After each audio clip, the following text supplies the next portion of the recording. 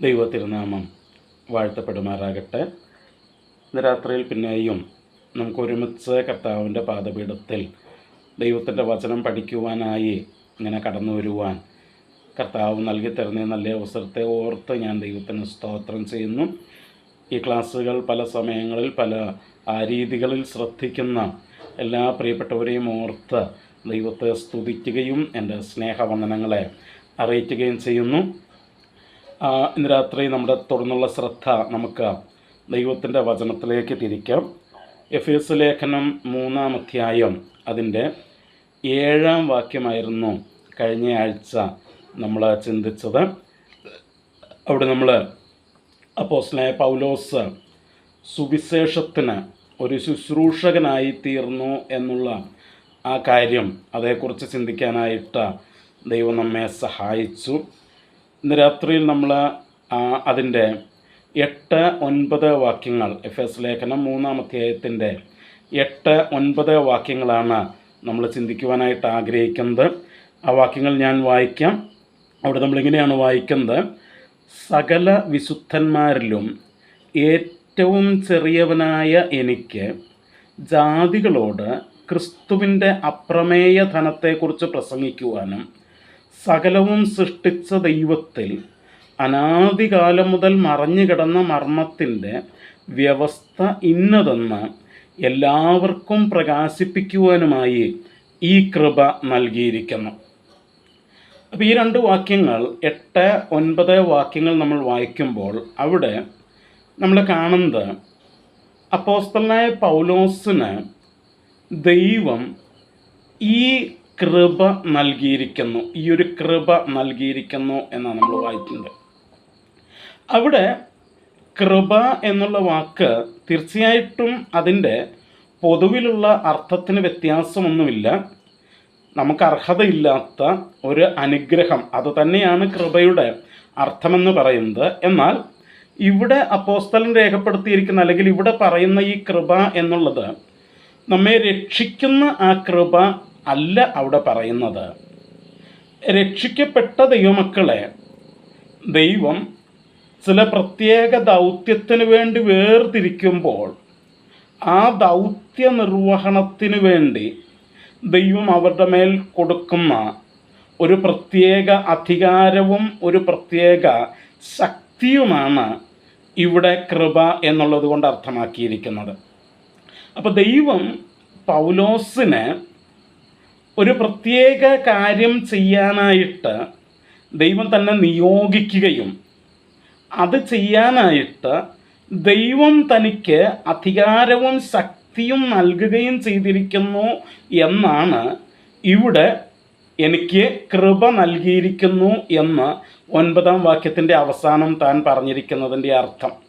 അല്ലാതെ അത് രക്ഷിക്കുന്ന കൃപയല്ല, രക്ഷയോടുള്ള ബന്ധത്തിൽ നമ്മൾ ചിന്തിച്ച കൃപ അല്ല ഇത് ഈ രീതിയിൽ ഒരു പ്രത്യേക ദൗത്യത്തിന് വേണ്ടി ഒരു പ്രത്യേക കാര്യം ചെയ്യാനായിട്ട് ദൈവം തന്നെ നിയോഗിക്കുകയും അതിനുള്ള അധികാരവും ശക്തിയും തനിക്ക് കൊടുക്കുകയും ചെയ്തു. അപ്പോൾ തന്നെ അത് തൻ്റെ യോഗ്യതയോ തൻ്റെ കഴിവുകളോ കണ്ടിട്ടല്ല, എന്നാൽ തനിക്ക് യോഗ്യതയില്ലാത്ത, അർഹതയില്ലാത്ത ഈ അധികാരവും ദൈവിക ശക്തിയും ദൈവം തനിക്ക് കൊടുത്തു. അതുകൊണ്ടാണ് അതിനെയും കൃപ എന്ന് തന്നെ വിശേഷിപ്പിച്ചിരിക്കുന്നത്. അപ്പോൾ ഇവിടെ നമ്മളൊരു കാര്യം മനസ്സിലാക്കണം. നമുക്ക് കർത്താവിന് വേണ്ടി എന്തെങ്കിലും ചെയ്യാനായിട്ട് കഴിയണമെന്നുണ്ടെങ്കിൽ തീർച്ചയായിട്ടും കർത്താവിൻ്റെ കൃപ ഇല്ലാതെ നമുക്ക് ചെയ്യാനായിട്ട് കഴിയുകയില്ല. മറ്റർത്ഥത്തിൽ പറഞ്ഞാൽ ദൈവം നമ്മെ അതിനുവേണ്ടി നിയോഗിക്കുകയും അത് ചെയ്യാനുള്ള അധികാരവും ശക്തിയും ദൈവത്തിൽ നിന്ന് നമുക്ക് ലഭിക്കുകയും ചെയ്യാത്തിടത്തോളം നമുക്കൊന്നും ചെയ്യാനായിട്ട് കഴിയുകയില്ല. അതുതന്നെയാണ് യോഹന്നാൻ്റെ സുവിശേഷം 15-ാം അധ്യായത്തിൽ കർത്താവ് പറഞ്ഞത്: എന്നെ പിരിഞ്ഞ് നിങ്ങൾക്കൊന്നും ചെയ്യുവാൻ കഴിയുകയില്ല. അപ്പം ദൈവത്തെ പിരിഞ്ഞ്, കർത്താവിനെ പിരിഞ്ഞ്, അവൻ്റെ കൃപയിൽ നിന്ന് നാം മാറിയ, അല്ലെങ്കിൽ അവൻ്റെ കൃപയില്ലാതെ നമുക്ക് കർത്താവിന് വേണ്ടി ഒന്നും ചെയ്യാനായിട്ട് കഴിയുകയില്ല. അവിടെ മറ്റൊരു കാര്യം കൂടെ ഞാൻ പറയാം. അങ്ങനെയാണെങ്കിൽ നാം കർത്താവിന് വേണ്ടി എന്തെങ്കിലും ചെയ്യുന്നെങ്കിൽ അതിൻ്റെ പേരിൽ പ്രശംസിക്കുവാനോ അഹങ്കരിക്കുവാനോ നിഗളിക്കുവാനോ നമുക്ക് യാതൊരു അർഹതയുമില്ല. കാരണം അത് നമ്മുടെ യോഗ്യതയല്ല. ആ നിയോഗവും അധികാരവും ശക്തിയുമൊന്നും നമ്മുടെ അല്ല, നമുക്ക് അർഹതയുള്ളത് കൊണ്ടുമല്ല, നമുക്ക് അർഹതയില്ലാതിരുന്നിട്ടും ദൈവം നമുക്ക് നൽകിയത് കൊണ്ടാണ് നാം അത് ചെയ്തത് എന്നുള്ളത് നാം മറക്കരുത്. അപ്പം അതാണ് അപ്പോസ്തലൻ അവിടെ പറയുന്നത്, എനിക്ക് കൃപ ലഭിച്ചിരിക്കുന്നു. എന്തിനാണ് കൃപ ലഭിച്ചത്? 2 കാര്യങ്ങൾ അവിടെ പറഞ്ഞത്. ഒന്ന്, 8-ാം വാക്യത്തിൽ പറയുന്നു, സകല വിശുദ്ധന്മാരിലും ഏറ്റവും ചെറിയവനായ എനിക്ക് ജാതികളോട് ക്രിസ്തുയേശുവിൻ്റെ അപ്രമേയ ധനത്തെക്കുറിച്ച് പ്രസംഗിക്കുവാൻ. അപ്പം വിജാതീയരോട് പ്രസംഗിക്കുവാനുള്ള ദൈവകൃപ. 9-ാം വാക്യത്തിൽ പറയുന്നു, സകലവും സൃഷ്ടിച്ച ദൈവത്തിൽ അനാദികാലം മുതൽ മറഞ്ഞു കിടക്കുന്ന മർമ്മത്തിൻ്റെ വ്യവസ്ഥ ഇന്നതെന്ന് എല്ലാവർക്കും പ്രകാശിപ്പിക്കുവാനായിട്ടുള്ള ദൈവകൃപ, എല്ലാവർക്കും വെളിപ്പെടുത്തുവാനായിട്ടുള്ള ദൈവകൃപ.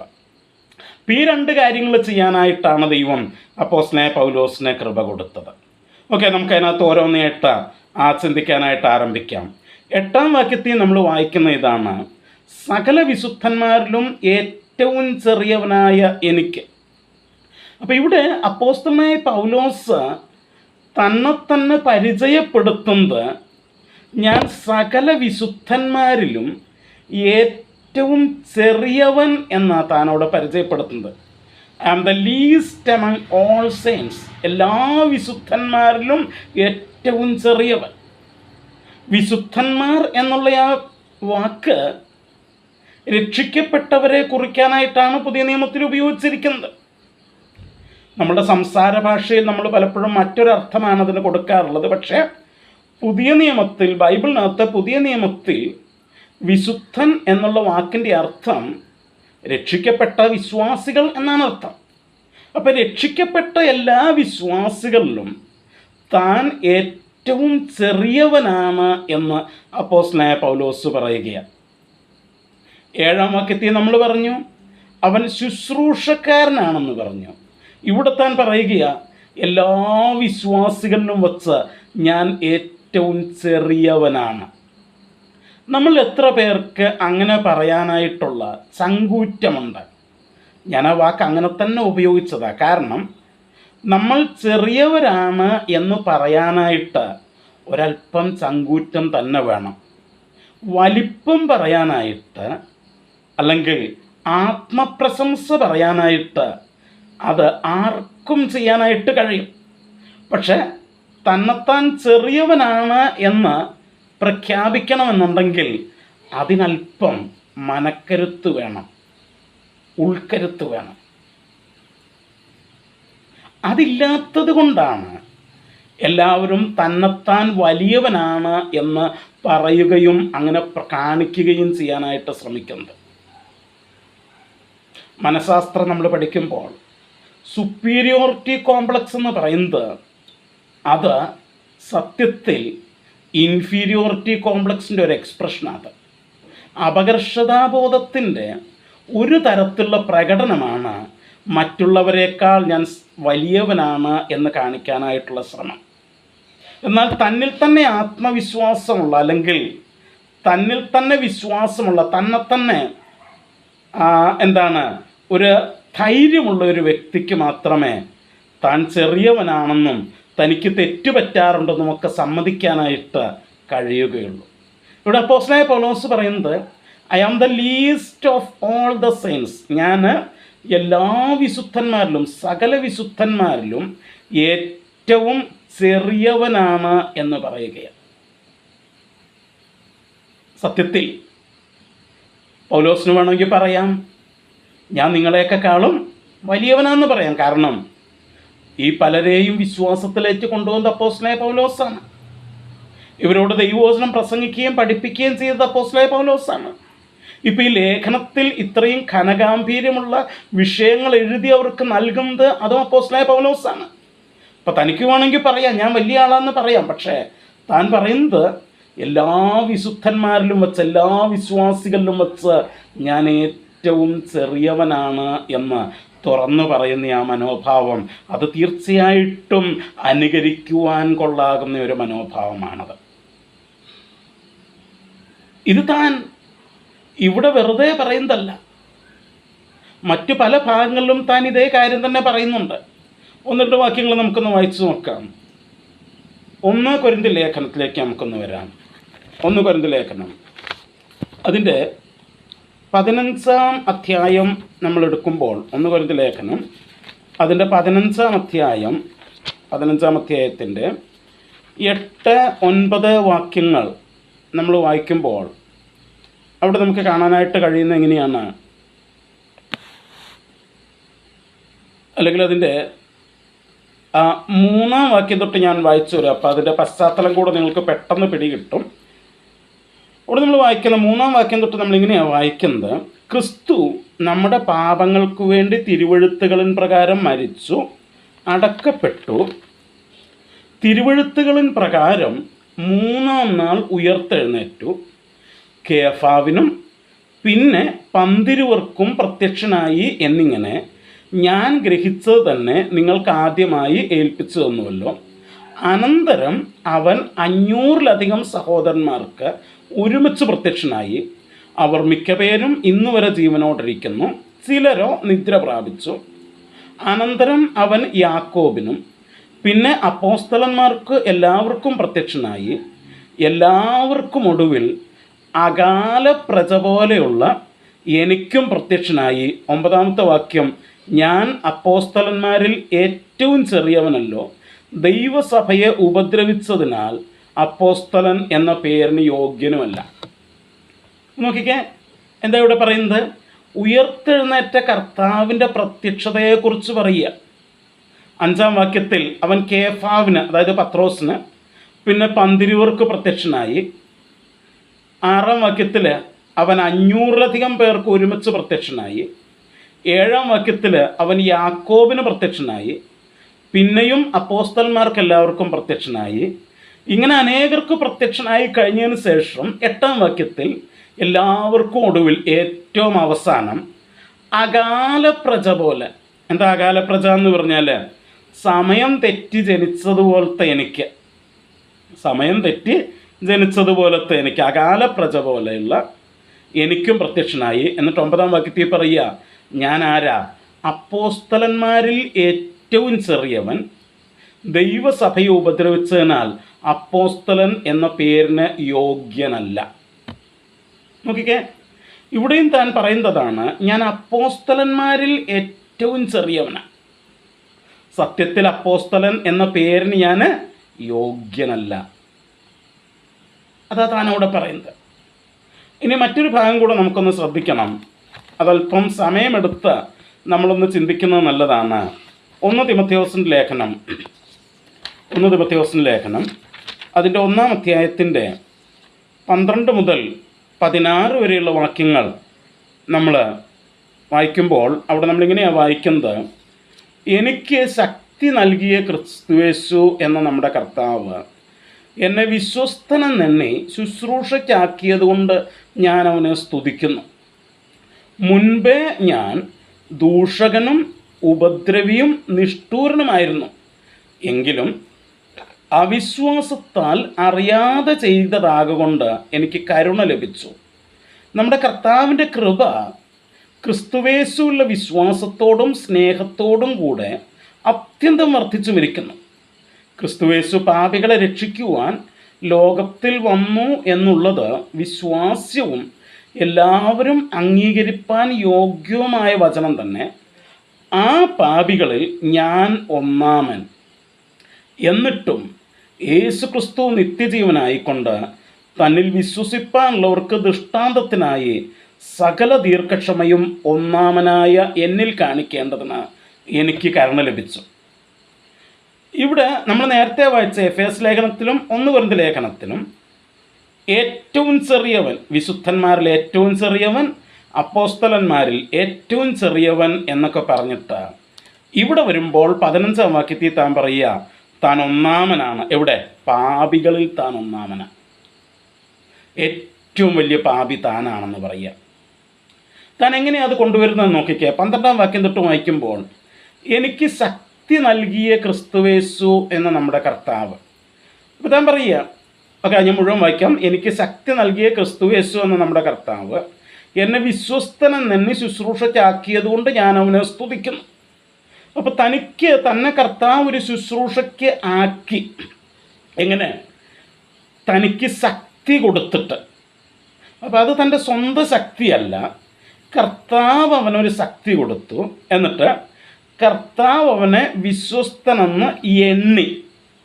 കർത്താവിനെ വിശ്വസ്തനെന്ന് എണ്ണി എന്ന് പറഞ്ഞാൽ അതിൻ്റെ അർത്ഥം ആക്ച്വലി അവൻ വിശ്വസ്തനല്ലായിരുന്നു, പക്ഷെ കർത്താവിനെ വിശ്വസ്തനെന്ന് എണ്ണി. അപ്പം കർത്താവ് അവന് ശക്തി കൊടുത്തു, കർത്താവ് അവന് വിശ്വസ്തനെന്ന് എണ്ണി. അങ്ങനെ കർത്താവ് അപ്പോസ്തലനായ പൗലോസിനെ എന്ത് ചെയ്തു? ശുശ്രൂഷയ്ക്കാക്കി. എന്നിട്ട് 13-ാം വാക്യത്തിൽ പറയുക, മുമ്പ് എപ്പം ഇതൊക്കെ നടക്കുന്നതിന് മുമ്പേ ഞാൻ 3 തരത്തിൽപ്പെട്ട 3 ഗുണങ്ങളുള്ള ആളായിരുന്നു. എന്തൊക്കെയായിരുന്നു? ദൂഷകനായിരുന്നു, ഉപദ്രവിയായിരുന്നു, നിഷ്ഠൂരനായിരുന്നു. എന്താ ദൂഷകൻ എന്ന് പറഞ്ഞാൽ? ദുഷിക്കുന്നവൻ. ആരെ ദുഷിക്കുന്നവൻ?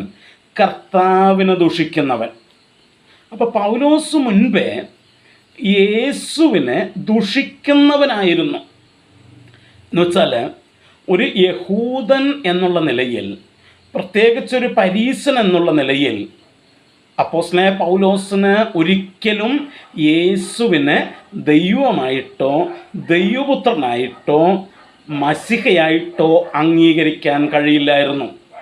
അവൻ പറഞ്ഞത് ഇവൻ ദൈവദൂഷകനാണെന്നും ഇവൻ വേശ്യാസന്തതിയാണെന്നും ഇവൻ വെറും ഒരു മനുഷ്യനാണെന്നും ഇവനൊരു തട്ടിപ്പുകാരനാണെന്നും ഒക്കെയായിരുന്നു ഇദ്ദേഹം നേരത്തെ യേശുവിനെ കുറിച്ച് പറഞ്ഞിരുന്നത്. ഈ രീതിയിൽ യേശുവിനെ കുറിച്ച് ദൂഷണം പറഞ്ഞിരുന്ന ഒരു മനുഷ്യനായിരുന്നു അപ്പോസ്തലനായ പൗലോസ്. താൻ പറയുക, ഞാൻ ഈ യേശുവിനെ കുറിച്ച് ദൂഷണം പറയുന്നവനായിരുന്നു.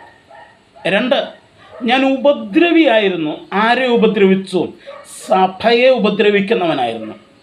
വിശ്വാസികളെ, ആരെങ്കിലും യേശുവിൽ വിശ്വസിക്കുന്നെങ്കിൽ അവരെ ഞാൻ ഉപദ്രവിക്കുന്നവനായിരുന്നു. പക്ഷേ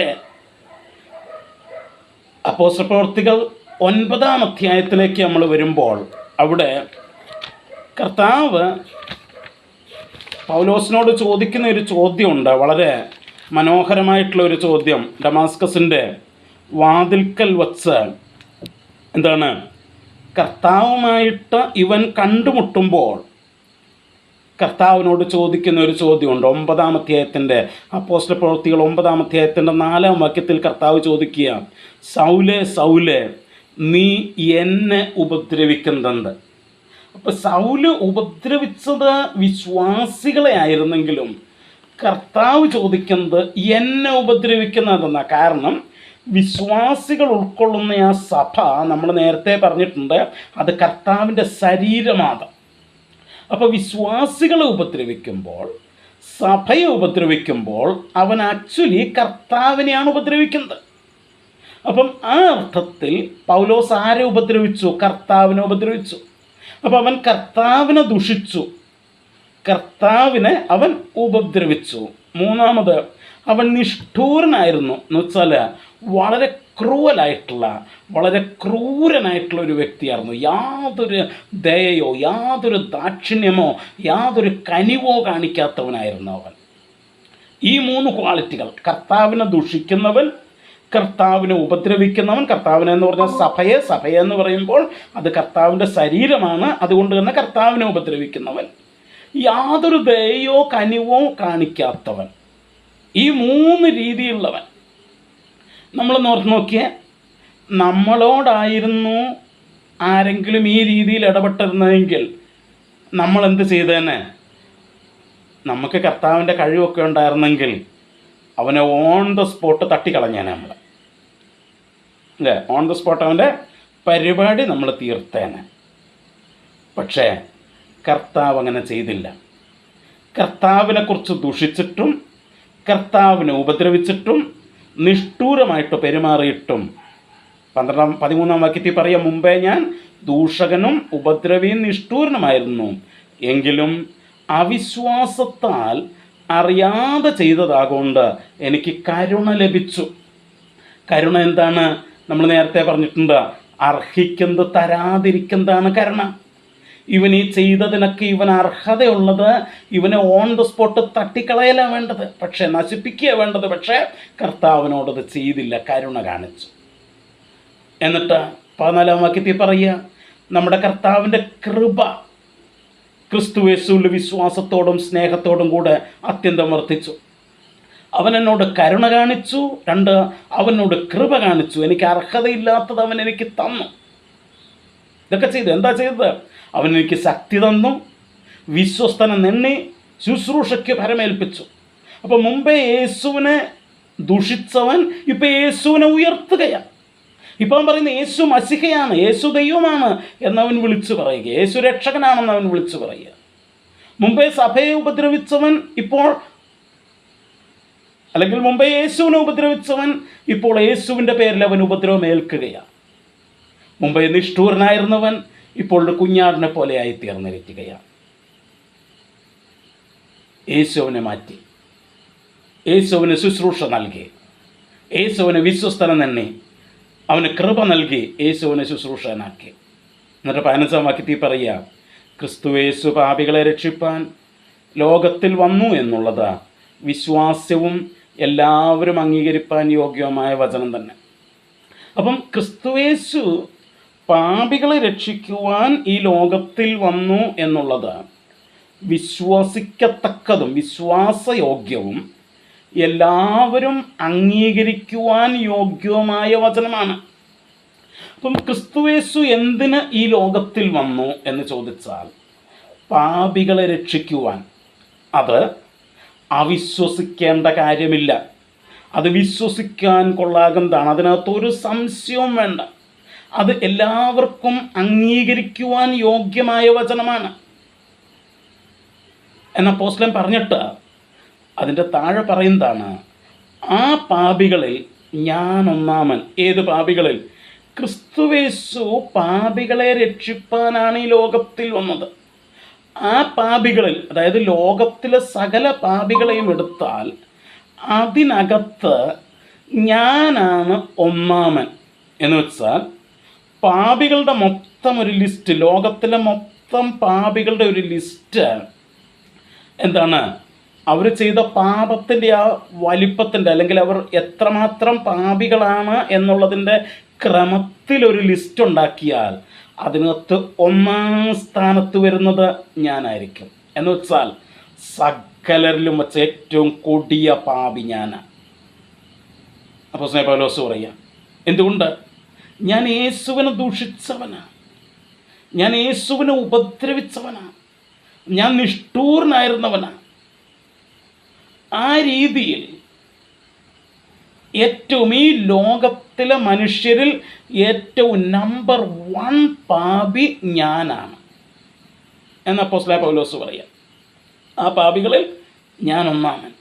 എന്നിട്ട് 16-ാം വാക്യത്തിൽ താൻ പറയുക, എന്തെന്നിട്ടും ഞാൻ ദൂഷകനായിരുന്നിട്ടും, ഞാൻ ഉപദ്രവിയായിരുന്നിട്ടും, ഞാൻ നിഷ്ഠൂരനായിരുന്നിട്ടും, ആ രീതിയിൽ ആ സകല പാപികളിലും ഞാൻ ഒന്നാമനായിരുന്നിട്ടും, എന്നിട്ടും യേശുക്രിസ്തു നിത്യജീവനായിക്കൊണ്ട് തന്നിൽ വിശ്വസിക്കുവാനുള്ളവർക്ക് ദൃഷ്ടാന്തത്തിനായി സകല ദീർഘക്ഷമയും ഒന്നാമനായ എന്നിൽ കാണിക്കേണ്ടതിന് എനിക്ക് കരുണ ലഭിച്ചു. അപ്പം ഞാൻ ഇങ്ങനെയൊക്കെ ആയിരുന്നിട്ടും കർത്താവിൽ നിന്ന് എനിക്ക് കരുണ ലഭിച്ചു. എന്തിന്? അവൻ എന്നോട് സകലതും ക്ഷമിക്കേണ്ടതിനായിട്ട്, അവൻ എന്നോട് സകലതും ക്ഷമിക്കേണ്ടതിനായിട്ട് അവൻ എന്നോട് കരുണ കാണിച്ചു. എന്തിനാ അങ്ങനെ കരുണ കാണിച്ചത്? എന്തിനാ അങ്ങനെ ക്ഷമിച്ചത് എന്ന് ചോദിച്ചാൽ പറയും, ക്രിസ്തുയേശു തന്നിൽ നിത്യജീവനായി വിശ്വസിക്കുവാനുള്ളവർക്ക് ഒരു ദൃഷ്ടാന്തമായിട്ട്, ഒരു ഉദാഹരണമായിട്ട്, ഒരു തെളിവായിട്ട്. എന്ന് വെച്ചാൽ 15-ാം വാക്യത്തിൽ പറഞ്ഞു, ക്രിസ്തുയേശു പാപികളെ രക്ഷിപ്പാൻ ഈ ലോകത്തിൽ വന്നു എന്നുള്ളത് വിശ്വാസയോഗ്യം, എല്ലാവർക്കും വിശ്വസിക്കാൻ പറ്റിയതും എല്ലാവരും അംഗീകരിക്കേണ്ടതുമായ വചനം. അതിനെക്കുറിച്ച് സംശയിക്കേ വേണ്ട. ഇനി ആർക്കെങ്കിലും സംശയം ഉണ്ടോ? ക്രിസ്തുയേശുവിന് എന്നെ രക്ഷിക്കാൻ കഴിയുമോ ഇല്ലയോ? ഞാൻ ഇത്ര വലിയ പാപങ്ങൾ ചെയ്തിട്ടുണ്ട്, ഞാൻ ഇത്ര വലിയ തെറ്റുകൾ ചെയ്തിട്ടുണ്ട്, ഞാൻ ഇത്ര വലിയ കുറ്റം ചെയ്തിട്ടുണ്ട്, ഞാൻ ഇത്ര വലിയ കഠിന പാപിയാണ്, അതുകൊണ്ട് യേശുവിന് എന്നെ രക്ഷിക്കാൻ കഴിയുമോ എന്ന് ആർക്കെങ്കിലും സംശയം ഉണ്ടെങ്കിൽ നിന്നെക്കാൾ വലിയ പാപിയായിരുന്നു ഞാനെന്ന് അപ്പോസ്തലനായ പൗലോസ് പറയുന്നത്.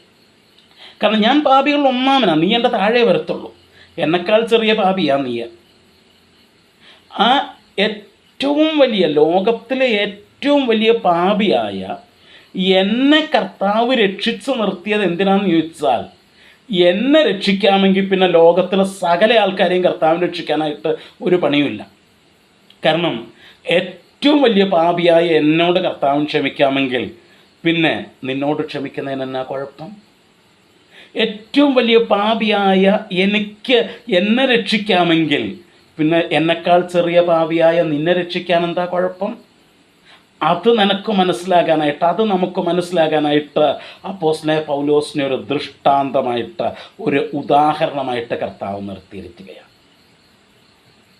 നോക്കിക്കേ,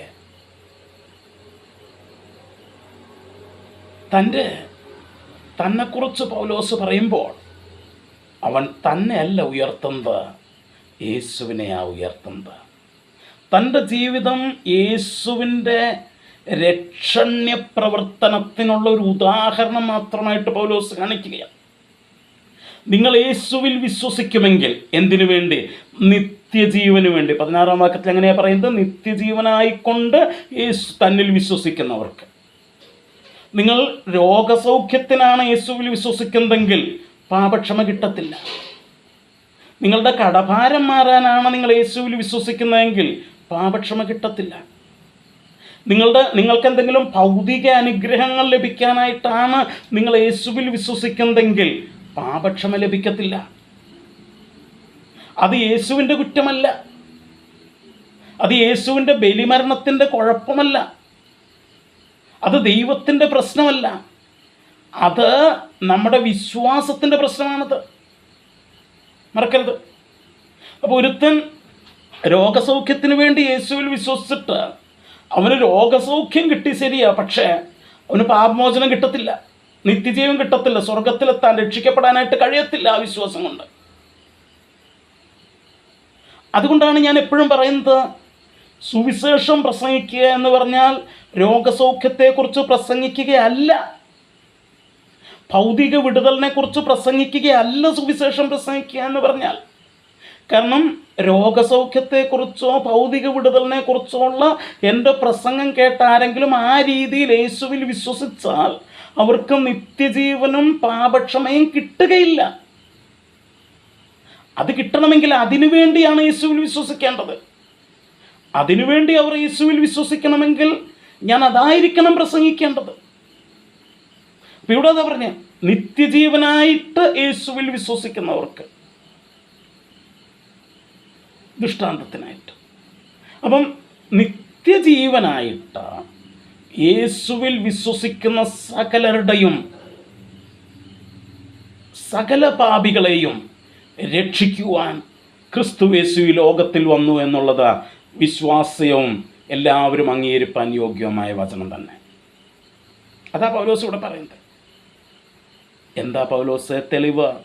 എന്താ പൗലോസ് ഉറപ്പ്? അദ്ദേഹം പറയും, ഞാൻ സകല വിശുദ്ധന്മാരിലും ഏറ്റവും ചെറിയവനും, ഞാൻ ആ പാപികളിൽ ഒന്നാമനുമായിരുന്നു. പക്ഷേ എന്നോട് കർത്താവിന് ക്ഷമിക്കാൻ കഴിയുമെങ്കിൽ അവൻ്റെ ബലിമരണത്തിലൂടെ, കാൽവരിയിലെ അവൻ്റെ പ്രതിപകരണ മരണത്തിലൂടെ എന്നോട് ക്ഷമിക്കുവാനും എനിക്ക് നിത്യജീവൻ നൽകുവാനും യേശുവിന് കഴിയുമെങ്കിൽ എന്നെക്കാൾ ചെറിയ പാപികളായ നിങ്ങൾക്കെല്ലാവർക്കും അത് തരാനായിട്ട് കഴിയും എന്നുള്ളതിന് ഒരു ദൃഷ്ടാന്തമായിട്ട്, ഒരു എക്സാമ്പിളായിട്ട് എന്നെ കർത്താവ് എടുത്തു വച്ചിരിക്കുകയാണ്.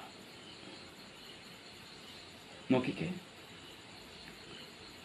അപ്പോൾ അപ്പോസ്തലനായ പൗലോസ് എവിടെയെങ്കിലും ചെന്ന് പ്രസംഗിക്കുമ്പോൾ ആരെങ്കിലും പൗലോസിനോട് ചോദിക്കുക, പൗലോസേ, നീ ഈ പ്രസംഗിക്കുന്ന യേശുവിന് എന്നെ രക്ഷിക്കാൻ കഴിയുമെന്ന് എന്താ ഉറപ്പ്? പൗലോസ് പറയും, അതിൻ്റെ ഉറപ്പ് ഇത്രയേ ഉള്ളൂ, നിന്നെക്കാൾ വലിയ പാപിയായ എന്നെ അവൻ രക്ഷിച്ചതാണ്. അതാ ഉറപ്പ്, അതാണ് ഉറപ്പ്. പൗലോസിൻ്റെ ഉറപ്പതാണ്. നീ എൻ്റെ അത്ര പാപിയല്ല, നിനക്ക് എൻ്റെ അത്ര പാപിയാകാനായിട്ട് കഴിയില്ല. അത്രയും വലിയ പാപികളിൽ ഒന്നാമനായിട്ടുള്ള എന്നെ അവൻ രക്ഷിച്ചെങ്കിൽ നിന്നെ രക്ഷിക്കാനായിട്ട് പറ്റും. അതുകൊണ്ടാണ് ഞാൻ ഇത്ര ധൈര്യമായിട്ട് പ്രസംഗിക്കുന്നതാണ് പൗലോസ് പറയുന്നത്. ഒരു സംശയമില്ലാതെ ഞാൻ പ്രസംഗിക്കുന്നത് കൊണ്ടാണ് എന്നെ രക്ഷിക്കാമെങ്കിൽ എന്നെക്കാൾ ചെറിയ പാപികളായിട്ടുള്ള നിങ്ങളെയും രക്ഷിക്കാനായിട്ട് കഴിയും. അതാ പൗലോസ് പറയുന്നത്. നോക്കിക്കേ, താൻ ആ സുവിശേഷത്തിൻ്റെ സാക്ഷ്യമാണ് അവിടെ കൊടുക്കുന്നത്.